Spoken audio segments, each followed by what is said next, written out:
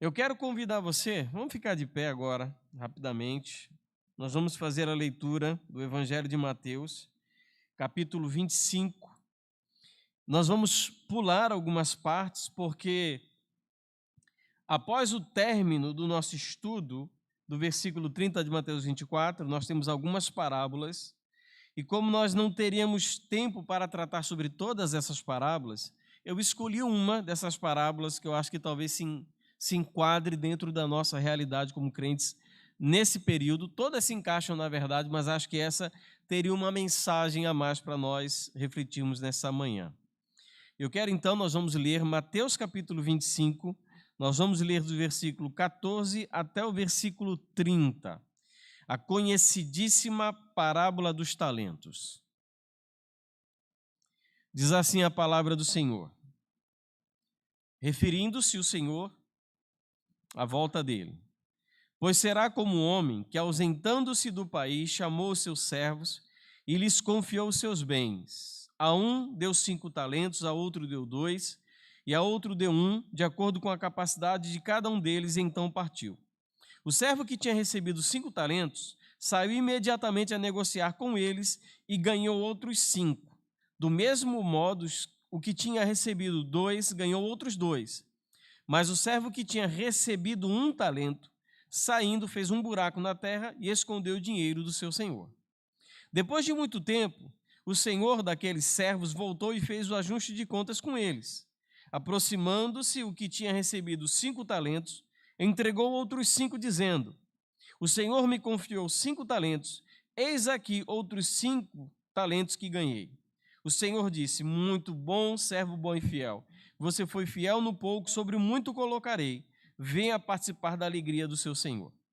E aproximando-se também o que tinha recebido 2 talentos, disse: O senhor me confiou 2 talentos, eis aqui os outros 2 que ganhei. Então o senhor disse: Muito bom, servo bom e fiel. Você foi fiel no pouco, sobre o muito o colocarei. Venha participar da alegria do seu senhor. Chegando por fim o que tinha recebido 1 talento, disse: Sabendo que o Senhor é um homem severo, que colhe onde não plantou e ajunta onde não espalhou, fiquei com medo e escondi o seu talento na terra. Aqui está o que é seu. Mas o Senhor respondeu: Servo mau e preguiçoso, você sabia que eu colho onde não plantei e ajunto onde não espalhei? Então você deveria... Então, porque isso é uma ironia na mensagem, isso é uma interrogação em algumas versões. Então você deveria ter entregado o meu dinheiro aos banqueiros, e eu, ao voltar, receberia com juros o que é meu. Portanto, tirem dele o talento e deem ao que tem 10, porque a todo o que tem mais será dado, e terá em abundância, mas ao que não tem, até o que tem lhe será tirado. Quanto ao servo inútil, lancem-no para fora nas trevas, ali haverá choro e ranger de dentes. Pai, nós rogamos a Ti a orientação do Senhor na reflexão dessa parábola, que saiamos daqui nessa manhã impactados por aquilo que ela ensina. É o que nós pedimos em nome de Jesus. Amém. Podem sentar.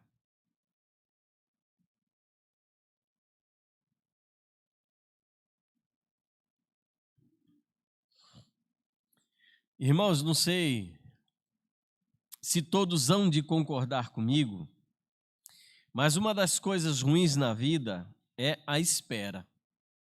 Não sei se você gosta de esperar. Eu tive que esperar 36 anos para casar e não foi bom não. Não vou mentir, dizer que foram os 36 anos mais felizes da minha vida. Esperar é ruim. Mas esperar é ruim e fica ainda pior por 2 razões. Primeira razão, quando você não sabe quanto tempo ainda vai demorar para aquilo acontecer. Você não sabe se vai demorar, se está perto, se está longe. Então isso torna a espera ainda mais dificultosa, ainda mais tediosa, ainda mais ruim, ainda mais inaceitável. Tipo fila de banco, você está na fila de banco, na sua vez, o que o caixa diz? O sistema saiu fora do ar. Ele não diz nem que saiu do ar, diz saiu fora do ar. É bom, né? Quando sai fora, porque está dentro, mas o sistema está fora do ar. Aí você pergunta, mas ele volta a que horas? Aí diz, não tem previsão. E se eu ficar esperando? Pode esperar. Mas você não sabe que horas que volta. É horrível isso. E outra razão também que torna a espera ainda pior é quando você não tem o que fazer para o tempo passar. É muito chato ficar esperando alguma coisa sem ter o que fazer. Sem ter absolutamente nada com o que se ocupar. E o que acontece então, quando você não tem nada o que fazer, você pode ficar ansioso, está lá o tempo passando e você não tem o que fazer, parado num lugar, e você fica, vocês lembram do burro do Shrek? Indo para aquela terra tão distante, a gente já chegou? A gente já chegou? Fica nessa ansiedade, nessa pressão de querer chegar logo, que a coisa aconteça. Ou então nós podemos ficar despreocupados e até esquecer que o tempo está passando. Ou porque perdemos interesse naquilo que aguardamos, ou então acabamos nos entretendo com alguma outra coisa. O tempo vai passando, você acaba encontrando alguma coisa para fazer enquanto o tempo não chega. E às vezes aquilo que seria o entretenimento, a ocupação provisória, acaba se tornando a coisa mais importante da sua vida, enquanto aquilo que você espera não chega. Então, queridos, isso pode acontecer com qualquer um de nós. Ou perdemos o interesse, ou então ficamos entretidos demais com aquilo que não deveria ser de fato a nossa verdadeira ocupação. No fim, amados, toda espera pode ser algo profundamente angustiante. E é sobre isso que Mateus capítulo 24, nós não lemos essa parábola, mas Mateus capítulo 24, versículos 45 a 51, tem uma outra parábola sobre um senhor e seus servos, em que ele de fato manda que se cuide das suas coisas, enquanto ele faz uma viagem, e por causa da demora da volta do Senhor, aqueles servos que tinham recebido a responsabilidade de alimentar e providenciar o alimento para os outros servos, eles acabam se embriagando, mandando espancar os outros servos, eles se descuidam de fato com aquilo que o Senhor disse que eles deveriam se ocupar. Então, por causa dessa espera, segundo o que Jesus está dizendo em Mateus 24, 45 a 51, uns farão exatamente aquilo que o Senhor os mandou fazer e serão recompensados quando o Senhor voltar. E não importa quando o Senhor voltará, porque eles sempre estão ocupados fazendo aquilo que o Senhor mandou eles fazerem. Então não importa a hora que ele vem, eles não serão pegos de surpresa, porque estarão fazendo aquilo que o Senhor mandou que eles fizessem. Outros, segundo essa parábola, se descuidarão por causa da demora e deixarão o seu serviço, pelo que eles sim serão pegos de surpresa pela volta do seu Senhor. Então esses serão surpreendidos, independente do momento e da hora, porque eles não estão ocupados fazendo aquilo que o Senhor disse que eles deveriam fazer. Isso Mateus 24, a partir do versículo 45. Em Mateus capítulo 25, 14 ao 30, nós temos uma outra parábola que também vai tratar acerca de um senhor, seus servos e o seu regresso. Eu vou falar um pouco sobre essa parábola, eu vou falar algumas questões importantes ligadas ao contexto e à cultura da época, para que a gente possa entender, para então nós aplicarmos essa parábola. Essa parábola, ela começa nos versículos 14 a 15, contextualizando o que está sendo dito pela viagem de um senhor. O cenário apresentado e os personagens colocados aqui pelo Senhor Jesus, como em todas as parábolas, são situações corriqueiras, comuns e conhecidas para a época. Um homem rico, um dono de muitas fazendas, um dono de muitas propriedades, decide então se ausentar, ir para fora do país, um lugar distante. Ele vai, mas ele não diz quando volta. Ele é rico, tem muitas propriedades, e então ele convida, ele chama, ele convoca 3 dos seus servos, são servos aqui, a palavra inclusive no texto original significa o escravo, mas não é qualquer tipo de escravo. A gente não pode entender a escravidão na época do Novo Testamento como a escravidão atual. Né? A escravidão atual, ou até no século XIX, começo do século XX, dizia muito respeito à cor da pele. Naquela época, tinham outras razões que faziam com que a pessoa se tornasse escrava de outra. Então, esses servos, que são, na verdade, servos administradores, eles são convocados pelo Senhor. E esses servos, então, terão a missão de gerir os recursos que são propriedade do Senhor durante a sua ausência, com o propósito de gerar ainda mais riqueza. Sendo um homem sábio, né, e esse rico, ele não é rico por causa de corrupção, ele é rico porque ele é inteligente, ele decide então dividir toda a riqueza que ele tem segundo a capacidade de cada um. A um ele dá 5, porque ele consegue mais, ele tem mais capacidade. A outro ele dá 2 e a outro ele dá apenas 1. E ele dá o que a esses homens? O texto diz que ele dá 5 talentos a um, 2 talentos a outro e 1 talento a então um terceiro servo. O que é o talento? O talento era a maior unidade monetária da época de Jesus. Uma unidade monetária. Você hoje tem várias unidades monetárias. Você tem um centavo, você tem você fala R$1, fala R$10, 20, 100, 200, fala 1 milhão, 1 trilhão. A maior unidade monetária da época de Jesus era o talento. O talento era a moeda mais cara de todo o império. Ele podia ser de ouro, de prata ou de bronze. E ela possuía, em média, não se sabe exatamente qual o peso do talento, mas ela pesava, em média, 34 quilos. E olha, se você encontrar um talento de ouro, a sua vida mudou. Por quê? Segundo a avaliação, eu vou fazer a avaliação do valor do talento de ouro com base no mercado atual, a cotação do ouro no mercado atual.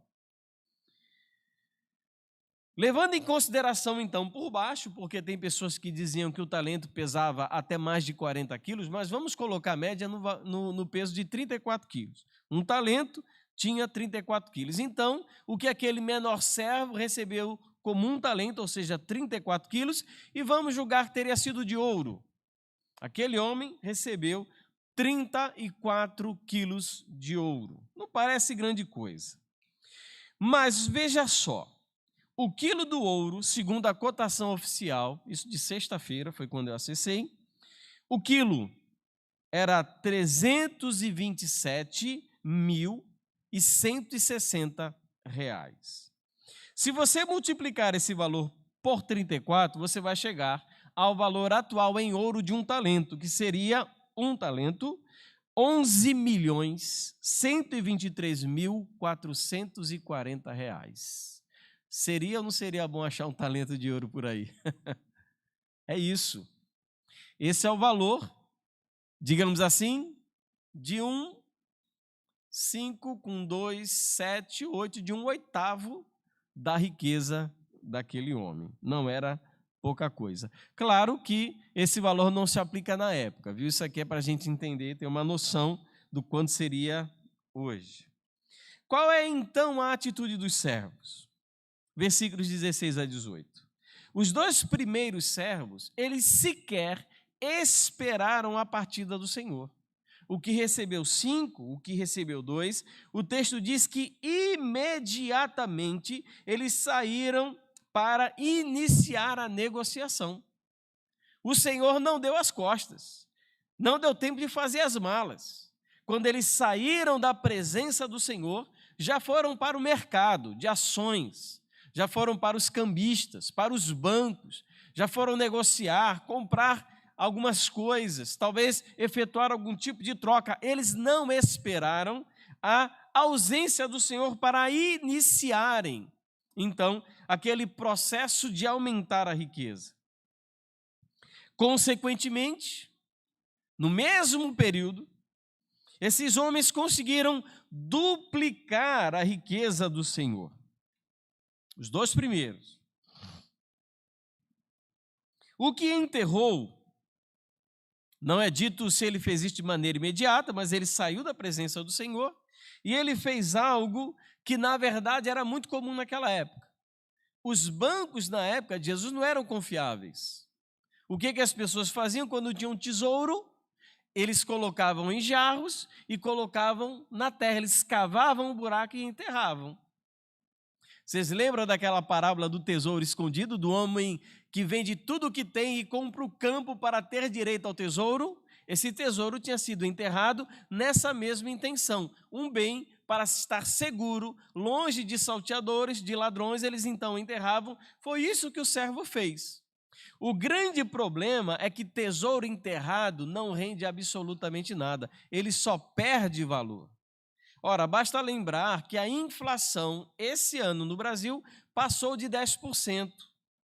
Não é verdade? Então, desses 11.123.440, aquele escravo, aquele servo que enterrou o talento em um ano, ele perdeu mais de R$1 milhão. Com aquela atitude, eu vou manter seguro, mas não vou negociar, assim como o Senhor determinou. Versículos 19 a 28, então, nós temos o retorno do Senhor. E existe um alerta aí no versículo 19, depois de muito tempo. Porque, de fato, o Senhor, ele está demorando, digamos assim, numa perspectiva humana para retornar. Ele, então, depois de muito tempo, retorna para aquele lugar e ele, então, convoca novamente os seus servos para prestarem contas daquilo que tinham feito com o que tinham recebido. E a ordem seguida é a ordem da distribuição dos talentos, 5, 2 e 1. Começa por quem recebeu mais. Aquele que primeiro se apresenta é o que recebeu 5 talentos. E a maneira, isso é interessante para quem gosta do texto original grego, a maneira como a frase é construída no texto original denota a grande felicidade, alegria e empolgação daquele homem em apresentar o que ele tinha recebido. Alegria, felicidade, olha aqui, Senhor, 5 talentos a mais daquilo que o Senhor me deu. Olha como eu consegui produzir, multiplicar aquilo que me foi confiado. A declaração de contentamento é muito bem construída a partir daquilo que o Senhor fala e deseja e como isso se destaca em relação aos servos daquela época. Muito bom, muito bem, servo bom e fiel. Você foi fiel no pouco, sobre o muito colocarei. Venha participar da alegria do Senhor. Ora, servo não participa de alegria de Senhor. Servo, ele está ali para servir. Mas este servo, para aquele senhor, tinha um propósito, um aspecto diferente. Ele é convidado a participar, talvez, naquele momento, da festa de boas-vindas que estava sendo dada àquele senhor. Ele, então, é convidado a participar dessa celebração. Isso acontece de igual maneira com o segundo servo, que, então, multiplica de 2 para 4 talentos. Por fim, se apresenta o terceiro, que tinha recebido apenas 1 talento. Ele só recebeu 11 milhões de reais. E antes de qualquer coisa, antes de apresentar o que tinha feito com o talento, ele justifica o porquê e a razão de ter enterrado aquilo que tinha recebido. E a justificativa para ele ter enterrado o talento tem como base, olha só que impressionante, a falta de caráter e a falta de justiça do Senhor. Eu fiz isso sabendo que o Senhor é um homem severo, que colhe onde não plantou e ajunta onde não espalhou. Fiquei com medo e escondi o seu talento na terra. Aqui está o que é seu. Versículos 24 e 25. Por que eu não produzi nada? Porque a culpa foi do Senhor. Porque ele não presta, ele é ruim, ele é desonesto. Ele rouba, ele tira das pessoas, ele colhe onde não planta, ele não tem caráter. Por isso, aí eu fiquei com medo. Então, o que eu fiz? Eu enterrei. E ele, então, agora apresenta o talento que fora desenterrado. Essa desculpa, ela em nada é aceita pelo Senhor. Inclusive, como eu disse, a maneira como é construída é uma ironia. Olha lá como diz, versículo 26. Mas o Senhor respondeu: servo mau e preguiçoso, você sabia que eu colho onde não plantei e ajunto onde não espalhei? A maneira de construir a frase está indicando que isso é uma ironia. Ele não está concordando. O que ele está dizendo é o seguinte: se de fato eu fosse como você está dizendo, era para você ter no mínimo colocado meu dinheiro no banco e eu receberia juros. Ao invés de perder 1 milhão, eu receberia 1 milhão a mais. A média de juros na Palestina naquela época girava em torno de 8% a 12%.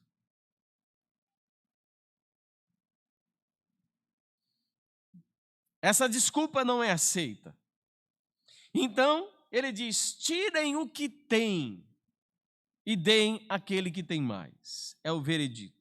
E nós temos então, versículos 29 a 30, o desfecho dessa parábola. Existem aqui duas promessas. Primeira promessa: a quem tem será dado mais e terá em abundância. Primeira promessa. Se você tem, se você é produtivo, se você frutifica, se você é sábio, se você enriquece o seu Senhor, o que você tem fará com que você tenha ainda mais. Mas tem uma outra promessa nesse versículo. E ao que não tem, até o que tem lhe será tirado. Uma promessa. Não produz, não faz, não enriquece o seu Senhor, até aquilo que você tem vai ser tirado de você. Enquanto os servos bons e fiéis são abençoados para desfrutarem da alegria do Senhor, o servo infiel tem dele tirado todas as coisas e é lançado nas trevas. Como diz, haverá choro e ranger de dentes. Isso para mim é algo tão sério, porque para mim isso é uma expressão da condenação final. E a gente precisa lembrar que em Mateus capítulo 24, todas as parábolas, elas separam e dividem as pessoas em grupos, os bodes e as ovelhas, as nécias e as sábias, e aqui aqueles que foram fiéis e aqueles que foram infiéis. Qual é o sentido, queridos, disso tudo para nós?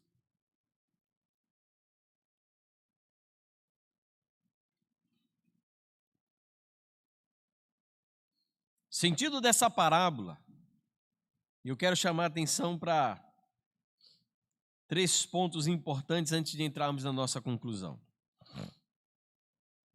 Essa parábola, diferentemente de algumas outras parábolas que vão tratar da expectativa ou da espera em si, como, por exemplo, a parábola do dono da casa e do ladrão, vocês lembram dessa parábola? Não sabe a que horas vem o ladrão. Então, qual é a atitude do dono da casa? Esperar que ele venha a qualquer momento.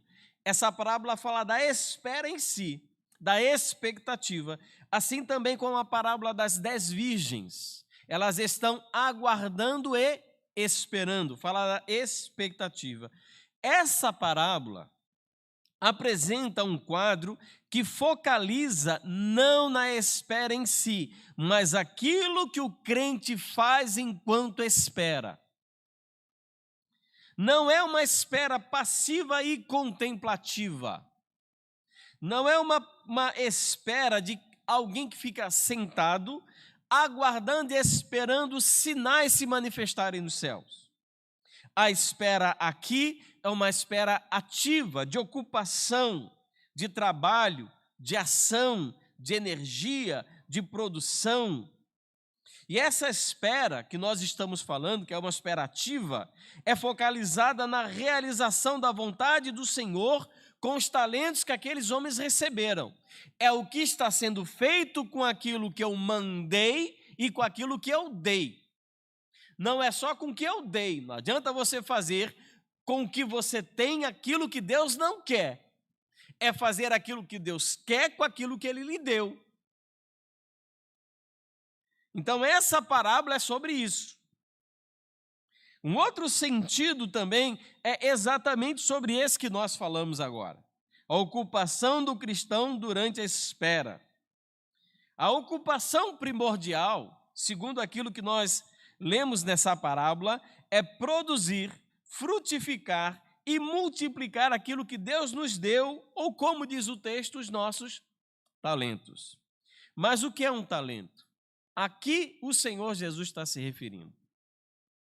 E existem muitas ideias, li vários textos diferentes, só comentário do Evangelho de Mateus, eu li nesse trecho, nessa perífrase, nesse parágrafo aqui, uns 4 ou 5 comentários diferentes, e cada um parece que tem uma posição diferente. Alguns vão dizer, como eu vi alguns pregadores na internet, dizer que isso se refere exatamente ao que está dizendo, dinheiro.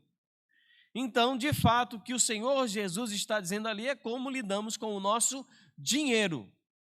Outros vão falar que se trata acerca dos dons espirituais. Então, quando ele fala sobre talento, é sobre dom espiritual.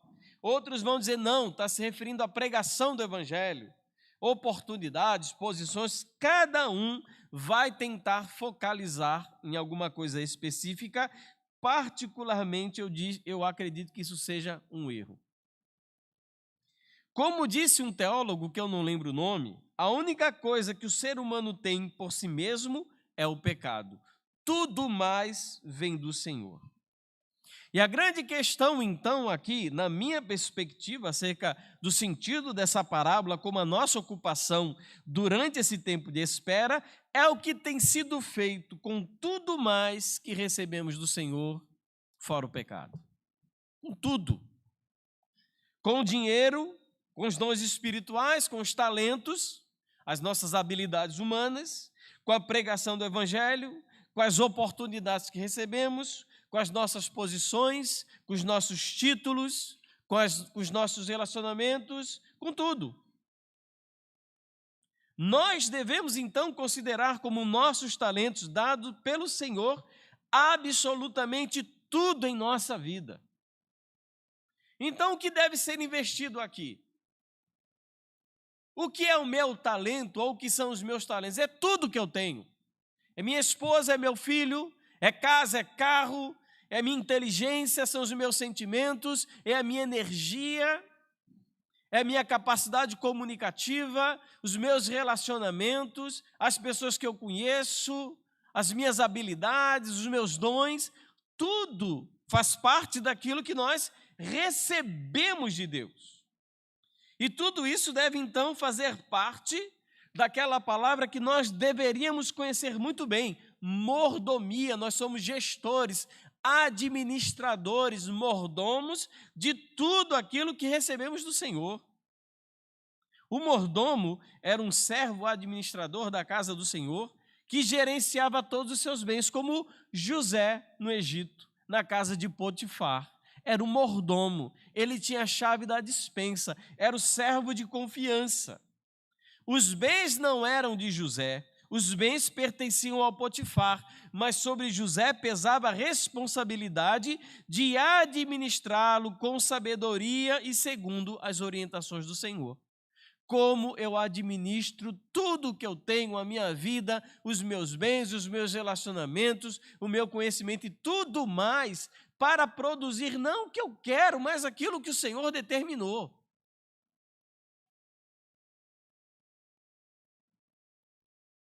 E um outro ponto a ser destacado nessa parábola é que aquilo que fazemos com o que recebemos refletirá no retorno do Senhor. Está ligado aquilo que eu faço hoje com a minha vida, aquilo que eu produzo ou aquilo que eu deixo de produzir. Está ligado com aquilo que o Senhor há de declarar sobre a minha pessoa naquele tempo que ainda há de vir. A salvação pela fé produz frutos concretos.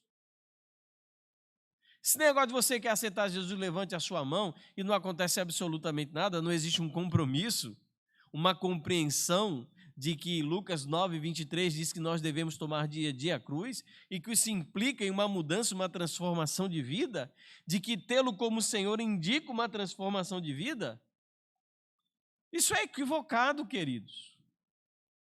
2 Coríntios 5, capítulo 5, versículo 10, porque é necessário que todos nós compareçamos diante do tribunal de Cristo para que cada um receba segundo o bem ou mal que tiver feito por meio do corpo. É com aquilo que a gente fez com o nosso corpo, por intermédio da nossa pessoa, da nossa identidade. Nós seremos abençoados pela pessoa de Deus, pelo servo bom e fiel, entra no descanso do teu Senhor, compartilha da alegria do teu Senhor, segundo o que fizemos com o nosso corpo. Nós fomos salvos para a prática das boas obras. Efésios capítulo 2, versículo 10, João capítulo 15, versículo 15, tudo isso nos remete à mesma realidade, de que uma vida cristã genuína, verdadeira, honesta, íntegra, envolve a prática de atos, atitudes concretas, coisas reais através da nossa vida, que para o Senhor sejam considerados riquezas. Eu queria concluir fazendo, na verdade, duas observações, duas aplicações e uma pergunta final para a gente levar para o nosso coração. Primeira conclusão é que nós recebemos de Deus aquilo que está de acordo com a nossa capacidade. Isso aqui não lembre daquele texto que diz respeito à nossa capacidade de suportar a adversidade. Porque Deus não permitirá que sejais tentados acima de nossas forças. Não é sobre isso. Não é sobre tentação. Não é sobre o peso da dor e da adversidade. Aqui, a escolha de Deus em relação à nossa vida, de acordo com a nossa capacidade, diz respeito à capacidade de produzir frutos.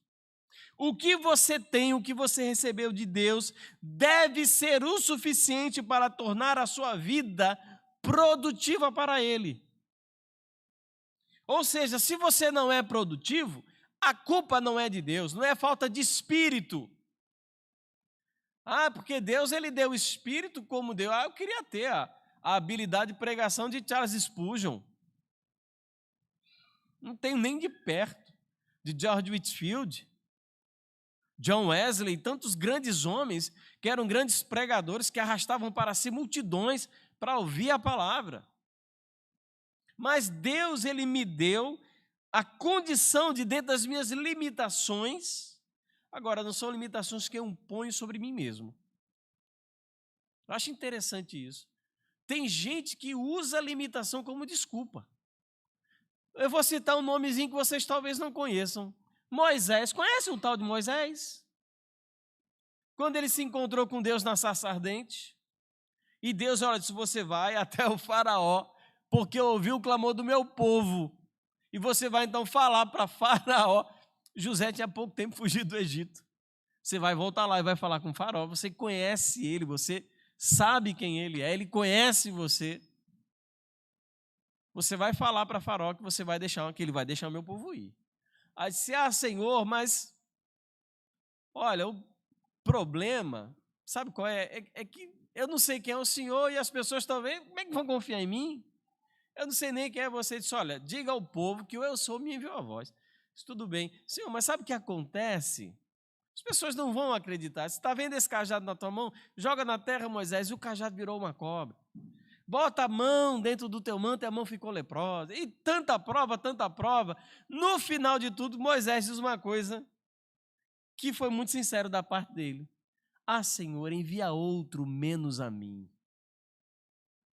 Esse momento, o Moisés, ele podia ter cortado todo aquele trabalho e partido logo para eu não quero ir, porque eu sou pesado de língua. E a gente fica colocando limitações, colocando desculpas para não fazer e não usar as habilidades que o Senhor nos deu. E no final, nós vamos dar essas desculpas a Deus, Ele não vai aceitar. não serão aceitas por Deus as nossas desculpas de termos recebido tanto ou termos recebido pouco e não termos feito absolutamente nada com aquilo que recebemos. Deus, Ele nos dá, queridos, habilidades, capacidades, situações, condições, oportunidades para que façamos aquilo que Ele quer. Todos nós recebemos. E tudo que você vê na sua vida, o piano, o teclado, o violão, aquilo que você tem na sua casa, o seu carro, a moto, o seu fogão, o seu filho, a sua filha, o seu conhecimento, o seu título, tudo isso usado para produzir riqueza para Deus. Nós recebemos de Deus aquilo que está de acordo com a nossa capacidade. Deus não nos colocou fardos impossíveis de serem carregados, atos e atitudes que nós não podemos tomar porque somos limitados de fato e de verdade. Não, Ele deu de acordo com a nossa capacidade. Segundo, o que essa parábola também nos mostra, e nós precisamos refletir, é que vê-se claramente a diferença entre quem serve e quem não serve a Deus. Aqueles que dizem que servem e aqueles que servem de verdade. O que conhece a Deus está ocupado em seguir as orientações de Deus com tudo que tem.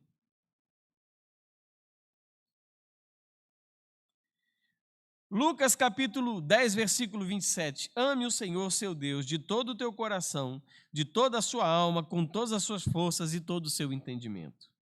Colossenses capítulo 3, versículo 23 e 24, isso aqui é Paulo falando sobre o trabalho dos servos, dos escravos. Tudo que fizerem, façam de coração como para o Senhor e não para pessoas, sabendo que receberão do Senhor a recompensa da herança. É a Cristo o Senhor que vocês estão servindo. 1 Coríntios capítulo 10, versículo 31, conhecido e pouquíssimo aplicado. Portanto, se vocês comem ou bebem ou fazem qualquer outra coisa, façam tudo para a glória de Deus. E como tem sido a nossa vida diante de tudo isso? Quem não conhece a Deus está ocupado em seguir as orientações do próprio coração. Faz aquilo que quer, aquilo que acha melhor, como aquele servo que recebeu um talento. Sabe o que eu fico me perguntando? Aqueles homens, os 2 primeiros que receberam 5 e 2, eles passaram todo aquele tempo negociando. E o que recebeu um passou o tempo fazendo o quê? Nada. Descansando, relaxando, indo à praia, indo ao cinema, jogando joguinhos de celular, assistindo série de Netflix. Eu vou relaxar mesmo porque o dinheiro já está enterrado. Só quem sabe onde é que está sou eu. Não vai acontecer nada, não. Efésios capítulo 2, versículo 3, entre eles também nós todos andamos no passado, segundo as inclinações da nossa carne, fazendo a vontade da carne e dos pensamentos, e éramos por natureza filhos da ira, como também os demais. Já basta um tempo em que nós guiávamos e conduzíamos nossa vida e nossas escolhas com bases nos desejos da nossa natureza pecaminosa. Crente que ama a Jesus, ele guia e conduz a sua vida com base nas orientações de Deus para tudo aquilo que ele tem. Tudo. Produzir riqueza para o Senhor. E eu quero concluir então com uma pergunta. E que você leve essa pergunta no seu coração, para a sua casa, e que você reflita nela durante toda a semana. Em termos de fidelidade, porque a parábola é uma parábola que trata acerca da fidelidade daqueles homens a Deus. Em termos de fidelidade, quem somos nós dentre os 3? Não em termos de capacidade, porque quem julga isso é Deus. Não estou perguntando. Em termos de capacidade, você é capaz de produzir 100% com 5? 100% com 2? Não estou perguntando isso. Mas se dependesse da nossa fidelidade e empenho atuais, quem seríamos Ou como seríamos julgados por ocasião da sua vinda, segundo o nosso serviço diligente ou negligente? Segundo aquilo que nós somos hoje. Quem seríamos? O que recebeu 5? O que recebeu 2? Ou o que recebeu 1? A gente tem que avaliar. A parábola está aí para nos conduzir a uma avaliação. É uma história legal, uma história bonita, empolgante. Dá até para fazer uma série da Prime Video, da Disney. Não, Disney não. Mas da Netflix, né? Dá para fazer. Mas o propósito e o objetivo dela. Ou na Record, né? A novela da Record. Só que tem que distorcer bastante para dar na Record, né? Tem que tirar muita coisa, botar personagem que não existe, situação que não aconteceu. Pronto, aí vira uma novela da Record. Mas dentro disso, queridos, em termos de fidelidade, quem somos nós dentre esses três? Amém? Vamos levar essa pergunta para casa. Sempre que eu encerro uma reflexão acerca da volta do retorno do Senhor, meu pensamento é o mesmo: Maranata, ora vem, Senhor. Eu sei que não serão dias fáceis, segundo o meu entendimento, como eu falei, pré-milenista histórico, de que nós, de fato, passaremos pelo período da tribulação. Não será fácil, não, será difícil, mas eu quero é que ele venha logo mesmo.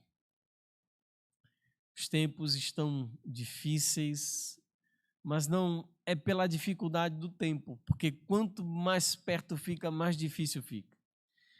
Mas é pela vontade, de fato, de ver o Senhor, de se encontrar com Ele. E que Ele, quando vier na sua glória, com seus anjos nos reunir então para aquele grande dia de julgamento, que nós possamos ouvir o que os 2 primeiros servos ouviram: servo bom e fiel. Muito bem. Olha o quanto você conseguiu multiplicar, duplicar, o quanto você conseguiu enriquecer, o quanto você conseguiu desenvolver, aprender com aquilo que eu lhe dei. Entra no descanso do teu Senhor. Amém, queridos? Que possamos olhar para a nossa vida como bens que nos foram concedidos por Deus para produzir riquezas para Ele. Amém? Vamos orar ao Senhor.